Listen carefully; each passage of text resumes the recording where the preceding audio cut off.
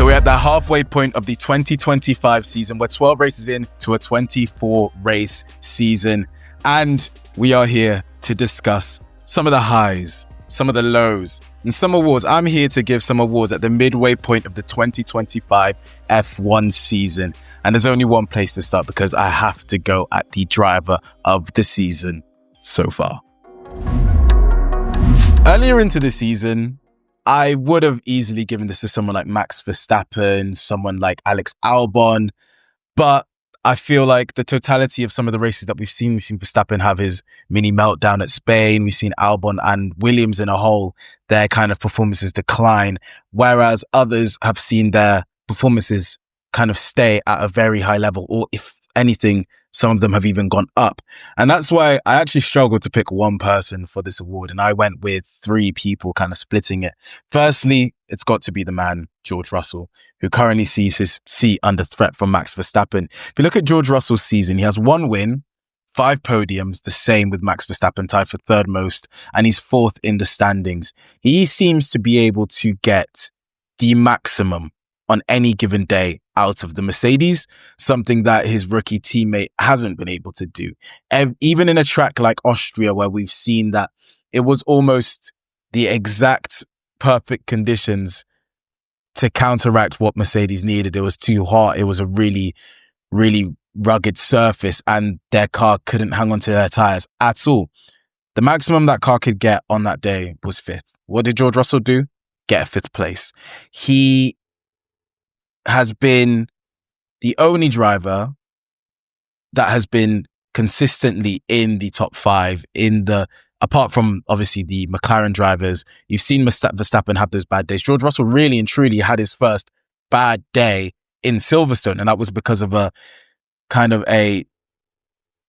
him reading the conditions wrong. He said it was ready to go to slicks and it wasn't. He was way too early in the slicks. And also that brave move at the start of the race to go onto the slick tires, which turned out to be the wrong move that many other drivers did make. But for me, as a driver, Russell is arguably having his best season in Formula One so far, which is why honestly is kind of insane. The fact that his seat is under threat. I mean, there's only one person right now that could make his seat under threat in the context of Mercedes investing all that money into him over the course of his career and then being like, you know what, now you're in your peak, we want to get rid of you.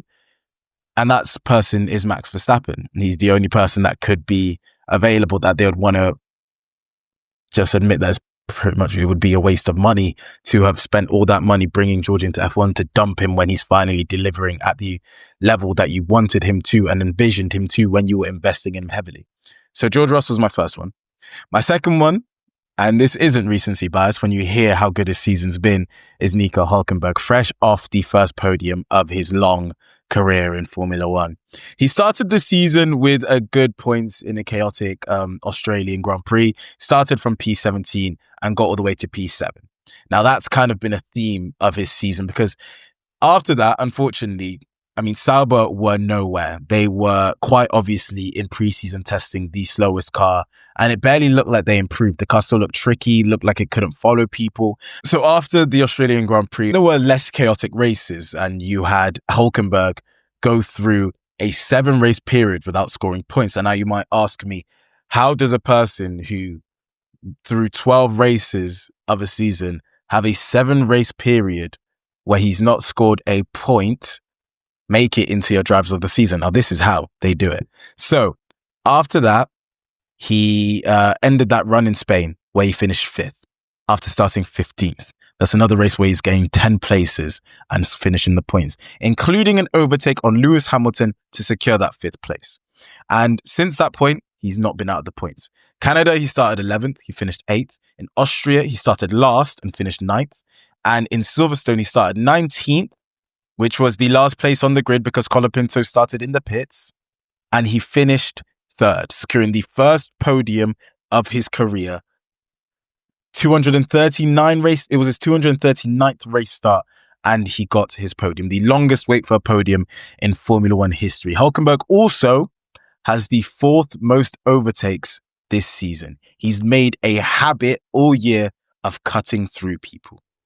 And I think, obviously, we're seeing Sauber improve. That's how Gabriel Bortoleto was able to get his first points in Formula One. In Austria, I think as the car has been improving, these two, because they have a very good driver pairing, I just don't think they've been able to broadcast it because their car at the start of the season, literally you couldn't drive behind someone without it being undrivable. And now they're improving their car by seeing their two good drivers really show how good they are. And Hulkenberg, more than anything, is showing just how good he's been. He's become a consistent point scorer and is leading them up the constructors table. I mean, Gabriel Bortoleto was helping in some ways, but I mean, he was out in Silverstone. Hulkenberg gets that massive haul 15 points, which is massive in the midfield battle. And now they're sixth in the constructor standings. And I mean, they definitely could close in on Williams. What's the gap there? 18 points. In that type midfield battle, 18 points. Yeah, it's a lot because you're battling for the lower points tallies. But with Williams, the way they're going, and with chaotic races where teams will be able to secure podiums when Red Bull, Ferrari or Mercedes just don't have it that day, they could easily catch up with Williams and be battling for fifth, which would be a massive way to kickstart the era as Audi or to end the era as Sauber. And my final person that goes on the drivers of the season so far is Pierre Gasly, the only driver to be scoring 100% of his team's points so far this season. Not that Verstappen's 96% of Red Bull's 172 points is that far behind. I think it's insane that Verstappen scored 96% of his team's points and they've scored 172 of them. That's actually ridiculous. But Pierre Gasly for now. He has truly been maximizing what is a terrible car. And it's not just a terrible car, it's also a terrible team situation. We've spoken enough about how poor Alpine are run, how much of a clown show Alpine have been, and it's stuff that hasn't changed. You know, they still technically don't have a team principal, and Flavio Briatore is the acting team principal without the actual title as team principal. But besides the Saudi crash, that wasn't his fault. When the Alpine has looked capable enough to score points, Pierre Gasly has put it in the points, and his teammate, whether that's Jack Doohan or whether that's Franco Colapinto, has not been able to do it. And what's most admirable about this season from Pierre Gasly is his ability to stay focused and not be a mirror image of what looks like a sinking ship around him. You look at his performances in the race, he's only 19 points, but it's 19 points in a car that no one else has been able to score points in. And then you look at his performances in qualifying. Alpine have had 5 Q3 appearances. Pierre is responsible for all 5 of them, with the highlight him qualifying 4th in Bahrain. He's managed to put a car in 4th that no one else has managed to put in the top 10. Colapinto has qualified once 10th, but that was because 2 people ahead of him had penalties. So he qualified 12th fastest that day in Canada. Pierre Gasly is maximizing an absolute ton when he's been given little to no tools to do so. Next up, I want to go to race of the season. And I think there's only one, and it was recent. Truthfully, I was looking back at this season when I was deciding which one to pick for this. And I think, unfortunately, this season, because of it's the last season in a set of regulations, cars are so sophisticated aerodynamically, it becomes a point where it's almost impossible to follow. And that's what we've seen this season. So there's not been much good racing. So when looking back at the races this season, there's only several or a couple really that kind of stand out. And it came to the opener, Australia, which was a mixed conditions, absolute thriller with a lot of crashes, a lot of battling, but we never really got a battle for the lead. We had people driving close to each other, but there weren't really many overtakes. There was one line that you had to stick by, otherwise you were going to spin out. And that's why I landed with Silverstone, because I feel like whilst the ending was a bit meh, because I do feel like Norris was pretty much gifted that win by Piastri making mistakes and Verstappen making a mistake. And I say gifted, Norris still needs to get credit because he didn't make mistakes, whereas everybody else on the grid did. I think the mixed conditions, the mistakes by Piastri and Verstappen, Hulkenberg's podium, and drivers literally being put to the test to show just how good they are, is really what made me put Silverstone as the best race of the season. I think it was unpredictable. You didn't know what was going to happen. You didn't know when the rain was going to come. You had drivers trying stuff. I mean, the drivers that decided to pit on the formation lap to go on the slicks, stuff like that. And you had the others on the inters still. Oh my God, who was going to get it right? Were these drivers that were pitting for the slicks, had they had a master stroke? Had they got it perfect? Turns out they didn't. You had Lance Stroll get the strategy absolutely perfect, but he still couldn't keep up and keep on to the podium. But you had Hulkenberg, who got not the exact same strategy, but a near similar strategy, had good timing with safety cars, etc. And he still managed to hang on to it, battled, held off Lewis Hamilton, partly to Ferrari pitting one lap too early for the slicks, or maybe a couple laps too early. But that differentiation in strategy, who can get it right, who can keep their car on the track, it was literally everything that makes Formula One what it is. The drivers out there, the drivers have the ability, but it's not just that. They need to be put in the situation at the right time, and there's also the unpredictability of the weather. And that's what made Silverstone a classic, like a typical Silverstone day. It reminded me of 2008, which, to be fair, was probably just a lot more rain. But the unpredictability of the weather and drivers just flying all over the track kind of element of it is what made me just really thoroughly enjoy Silverstone the way I haven't really been able to enjoy races this season. So Silverstone, race of the season. So far, we had a trio of drivers for driver of the season so far: George Russell, Nico Hulkenberg, and Pierre Gasly. And now a person who's going to get a award all to themselves, and that's Rookie of the Year. Now, I'm going to give you guys 5 seconds here to guess who I'm going to give Rookie of the Year to. 5, 4, 3, 2, 1.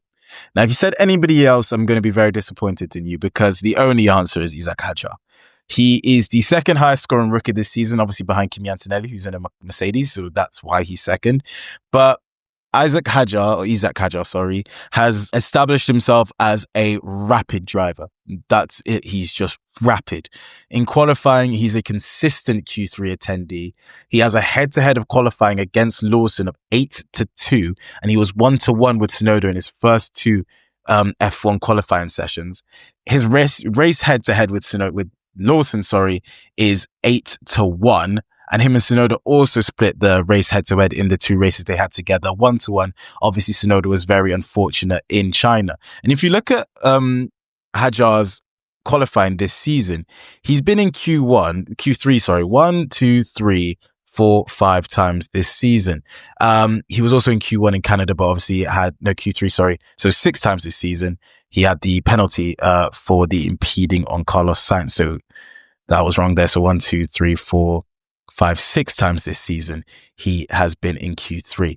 Hadjar has been fantastic. He almost instantly started getting shouts of should he be the one in the Red Bull seat, something that he said he doesn't want. And do I blame him? No, because I do not want Hadjar in that seat either. And truthfully, I do think whilst a lot of people had kind of just decided Hadjar probably will not be in Red Bull because if they were worried about Yuki's temperament, they're going to be worried about Hadjar's temperament. Hadjar has proven to be a lot more mature than he maybe showed in his junior driving days in F2 and F3 with his very famous radio messages.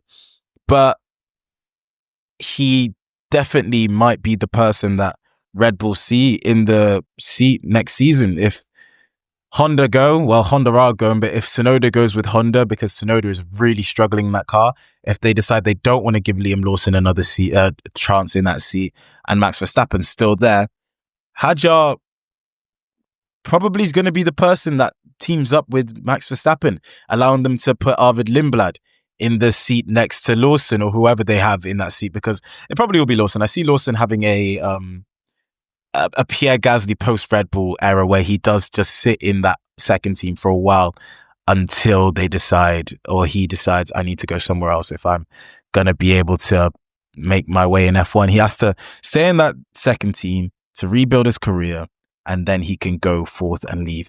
But we're talking about Hadjar. I just think a lot of people, I feel, were not aware of how good Hajar was last season in F2. A lot of people were caught off guard by Hajar this season because they didn't expect it. But my thing was, I truly think Gabriel Bortoleto is he will be a great driver. I think Bortoleto will be very good in Formula One. Hajar pushed Bortoleto to the final race in F2 last season and unfortunately stalled to start the race, and that ruined his title shot.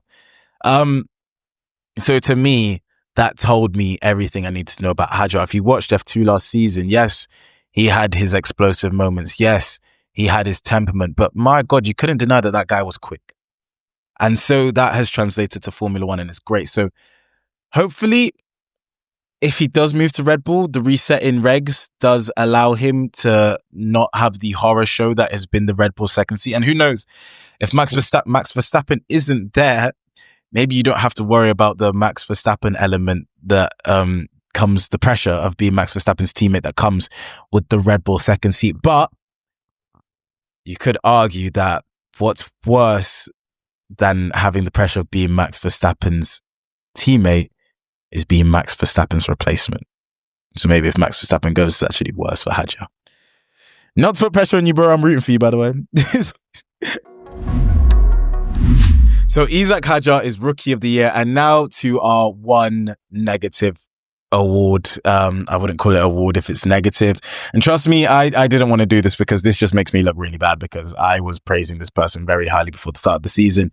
And that is unfortunately the smooth operator who has probably not been the smoothest operator this season, Carlos Sainz. Before the start of the season, I did not hide my expectations for Sainz in his head-to-head with Alex Albon, and I'm completely acknowledging the element of adjusting to life at a new team. It has been a poor start to life for him at Williams, and unfortunately for him, as maybe he has become more adjusted to life at Williams and to the car, unfortunately they've been caught up by the other midfield teams, so it's a bit harder for him to broadcast that he has improved. If you look at his head-to-head with Albon scored more points, and Albon leads the race head-to-head 6-1, leads the qualifying head-to-head 77-5, has spent 137 more laps than Sainz inside the top 10, and has had a highest finish of 5th, which he's done 3 times, to Sainz's 8th, which he's done twice.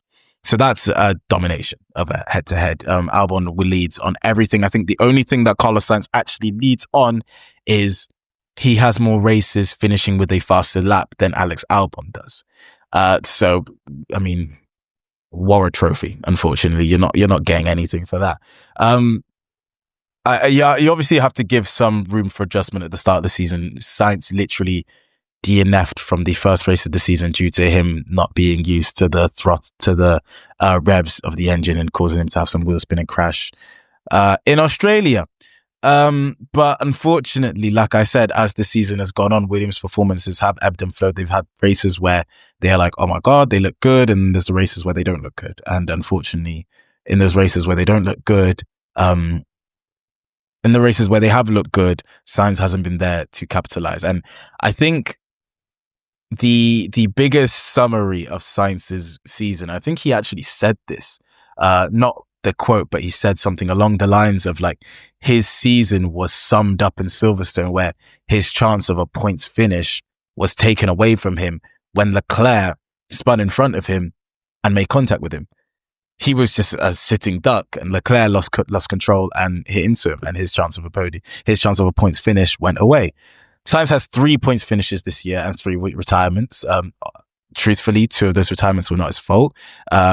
One of them was a mechanical failure, and the other one, Yuki Tsunoda smashed into him and left a massive hole in the side of his car.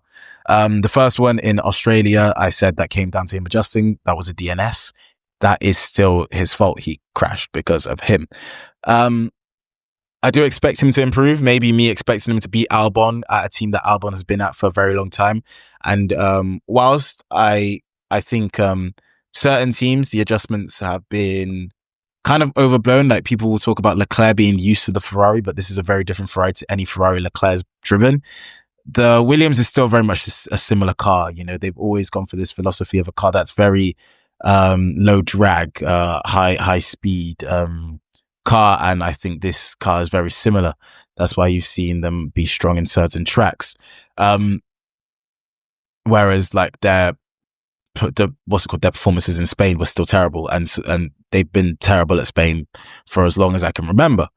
So I think Albon is genuinely used to this type of car, whereas Ferrari were always quite strong in the low speed, high downforce, in especially this generation of car that Sainz has driven in. The Williams is, I mean, quite literally the complete opposite. So maybe me expecting them to beat Albon in their first season together, was probably a misjudgment by me, I'll admit. But I think he will improve, and I think he will improve probably next season, where it's a completely different generation of car and they're kind of both on level footing with each other. And to end, I'm going to go with a bold prediction for the rest of the season. Now, I have to go back to last season because I'm going to give myself a little tap on the back here, because last season, I said that Ferrari, my prediction last season, we did these last season, I said that Ferrari would finish the season as one of the stronger cars on the grid, overtake Red Bull for second in the constructors, and push McLaren to the final race of the season. It's fine, guys. You don't need to applaud. I understand. You're happy. Thank you. Okay, so I think that does give me a bit of pressure to deliver again, though, unfortunately. And no surprise, Ferrari fan, I'm sticking with Ferrari for my prediction. And I hope to have some more people from GP fans here to discuss their predictions for the rest of the season as well. Maybe some of their awards soon. But my loyalties, I'm sticking with Ferrari for my prediction. And I will be predicting that Charles Leclerc, similar to last year and similar to the year before that, will have a strong second half of the season. And what does that mean? I believe that with a mixture of Ferrari upgrades that are due to come soon, I think some will be coming in Spa, and a favourable track list, I think that will all come together to help Leclerc have a strong end to the season. Yes, Luther, what does that mean? I'll get to it. In the second half of the season, you have to look at some of the tracks that they're going to go to. And I'm gonna hold this for as long as possible because I need the tension to build up before I go to it. You have some of the tracks that Leclerc is best at. We start with Spa. And then we have Monza, another track that he's good at. Those are the two tracks that he had his first two wins at. He won at Spa, he won at Monza. In between that, we have Zandvoort, obviously. But after Monza, you have Baku. At some point, you have Singapore. At some point, you have Kota. And at some point, you have Vegas. Those are all tracks that Leclerc has proven to be very good at. Even Yas Marina, you look back at last season and you look back at the season before that, at Yas Marina, he tends to perform. So with all this, I believe that Charles Leclerc, who is currently fifth in the standings, will finish at least fourth in the standings. And I truly, truly do believe that Leclerc has a chance to head into Yas Marina with the opportunity to beat Verstappen for third in the standings. Yes, that might sound insane because it's a bold prediction. But you know what? I'm going to spend some time here trying to convince you because, okay, Leclerc, and I promise you this, as a certified Leclerc fanboy, I know this. He is typically a very, very strong end of the season guy. Last season, at the end of the season, he was the highest scoring driver after the summer break. More than Lando Norris, more than Max Verstappen, the two people that were battling for the championship. So I'm going to read out Leclerc's end to the season last year. And you tell me if you are not, I don't know, astounded. I'm going to go from the race before the races before the summer break, which were Hungary and Belgium. So in Hungary, he finished fourth. In Belgium, he finished third. In Netherlands, he finished third. In Monza, he finished first. In Baku, he finished second. In Singapore, he finished fifth, but had a terrible qualifying, so he got back to fifth. In Kota, he finished first. In Mexico, he finished third. In Brazil, he finished fifth. In Vegas, he finished fourth. In Qatar, he finished second. In Abu Dhabi, he finished third. So that's a 1, 2, 3, 4, 5, 6, 7, 8, 9, 10, 11, 12 race, 5th place or higher finishing streak. And he, with the help of science this time, it wasn't the case in 2023, which I'm going to get onto next, he almost brought Ferrari back to win the Constructors' Championship, their first championship since 2008.